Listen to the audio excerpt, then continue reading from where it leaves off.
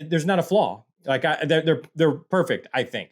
But where all the flaws were back in these areas. And I don't know if I pointed that out well enough yesterday in the video.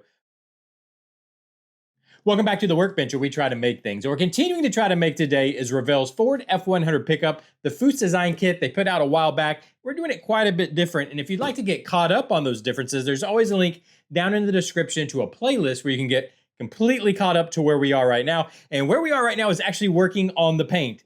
And yes, I've already destroyed the paint, but it was planned. And what I thought we would do today, yesterday was kind of rushed because I had to leave and go to a kite day with my daughter, which no tree eating kites, no one cried, including myself. So kite day was a success. I just wanted to give that report out there. But I did start to work on the paint some more, and I thought we would take a little more in-depth look, since yesterday was so rushed, at kind of what's going on. So first things first, let me just move the cab out of the way.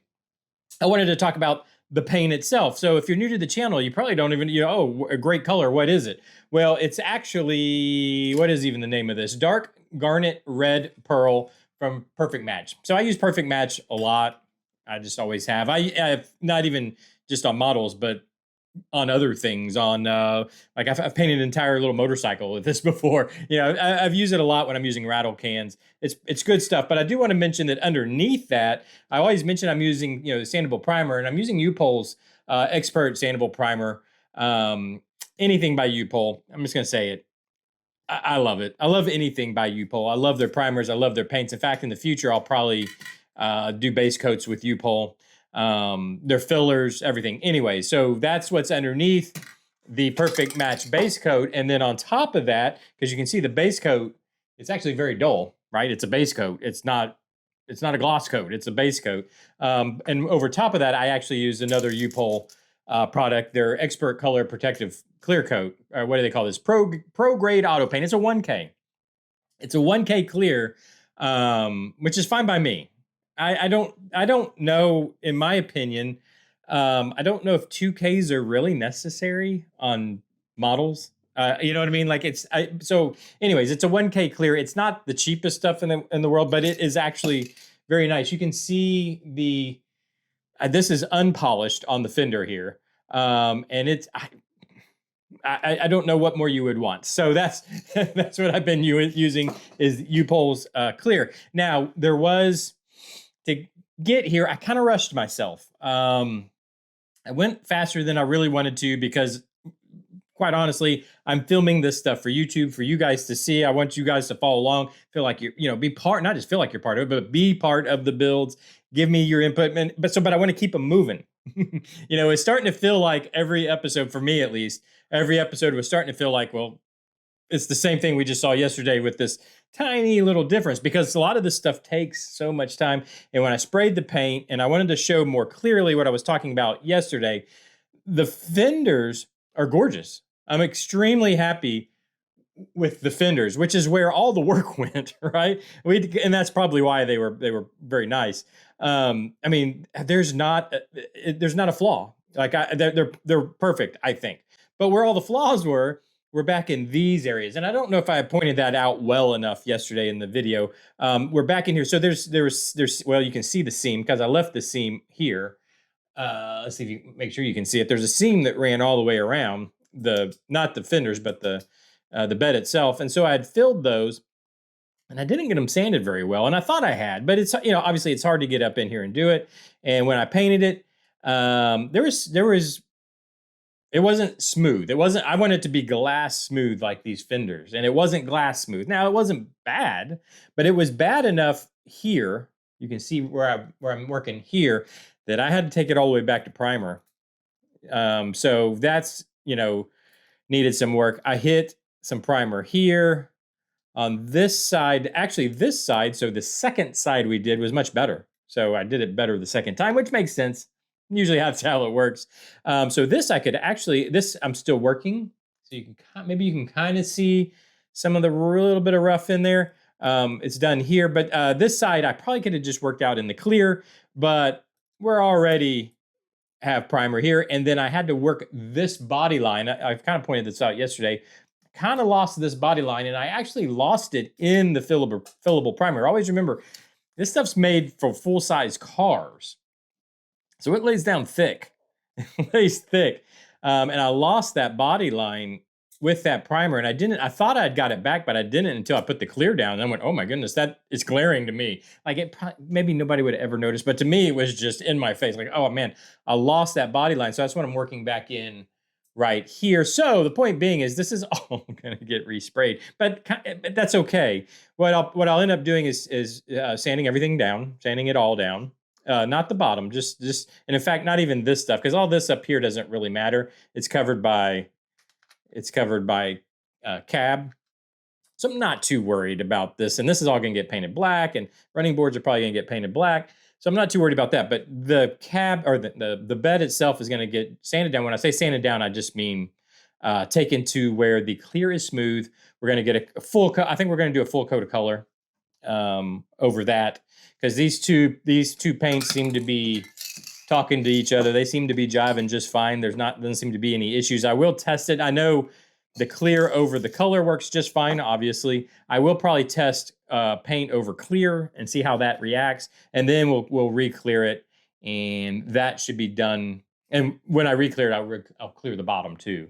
And then that'll have this guy done. So then we can start getting back to work on building out do we want to call it an interior? What do we want to call so we got a speaker box that we've built that's going in here. We've got interior type pieces going in here. I got to put in a floorboard in here. We've got air ride stuff that's going back here. We'll put the rear end in. We'll go ahead and actually we can't put the motor in. Oh, speaking of the motor, I did want to point out, so I built out this tunnel too. I don't think I showed that.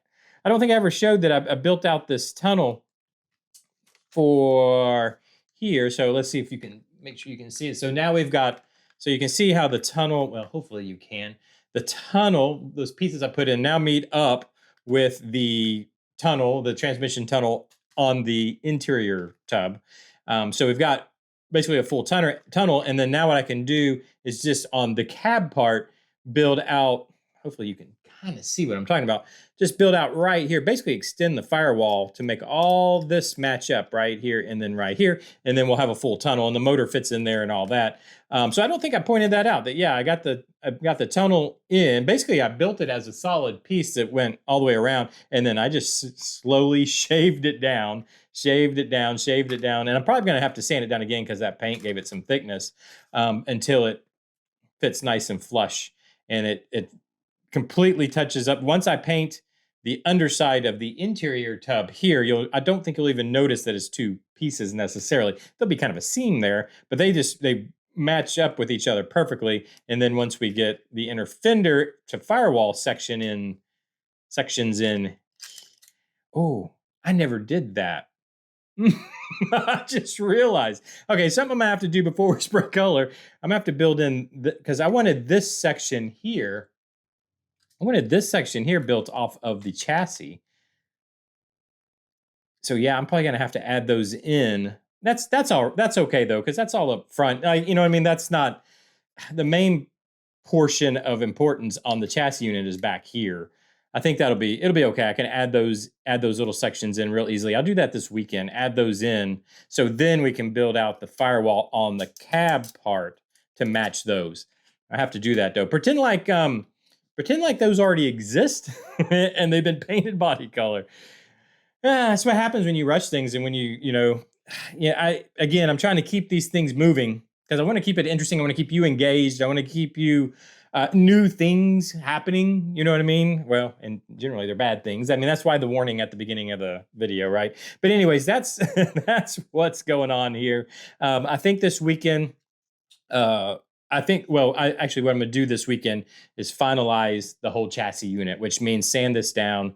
I think I've got my body line back here, but I'm going to double check that. I can literally feel it with my finger. I can feel it there. Yeah, I can feel it there now. So I'll finalize all that back here. I'll add in those pieces so that those can get painted at the same time. I'm going to lay the color, I'm going to lay the clear. And hopefully when we come back Monday, we're going to have a full chassis unit that's completely finished. And we're going to start building out, two things. We need to build out all the stuff that goes in the bed. We need to build out the rear suspension. We need to build out the front suspension. So yeah, that's what we'll start working on next week. And then of course, I think in the background, I'll just go ahead and keep working on the cab section, because this, I just need to smooth. I've just haven't done it yet. I need to smooth out where we removed a filler cap. I don't know if we want to add a filler cap over here. I don't know what we're going to do there. We'll figure that out. And then it's just a little bit of firewall work. And then this actually will be not the interior section, but the cab itself will be ready to paint. You know what's so funny? I was thinking about this the other day. In fact, let me pop it out. All of this body work, all this incorporating of Bronco stuff into the F-100 all came because I wanted to use the Bronco's interior in the kit, which we haven't really even worked on. So we haven't even got, the whole reason I started this snowball down the hill was because we're going to use the interior of the Bronco for the build, which we haven't even really worked on yet. So we'll get all that done, and then we'll do the interior, the original purpose of the Bronco kit. Anyways, let me know what you think down in the comments section. I wanted to give you just a little bit better look at what's going on here and the work that's going on, and why the work is going on and all that stuff. Just a little more in-depth look. But thanks for joining me. I hope you're enjoying this. Let me know down in the comments. These are the things you like to see? If there's other things you'd like to see, let me know down in the comments. I really do want to shape this this whole experience around what you guys want to watch. So let me know down in the comments section. Hit that like button if you want to keep up with this. Hit the subscribe button. We're almost at 10,000 subscribers. We just turned 9,900, I believe. So we're like 100 away. I don't know where we're at right now. I have to double check. But anyways, hit that subscribe button. Do all those things everybody tells you to do on YouTube. I've got to get back at this because I want to complete a chassis on Monday. So I will. Well, I'll see you then. Bye-bye.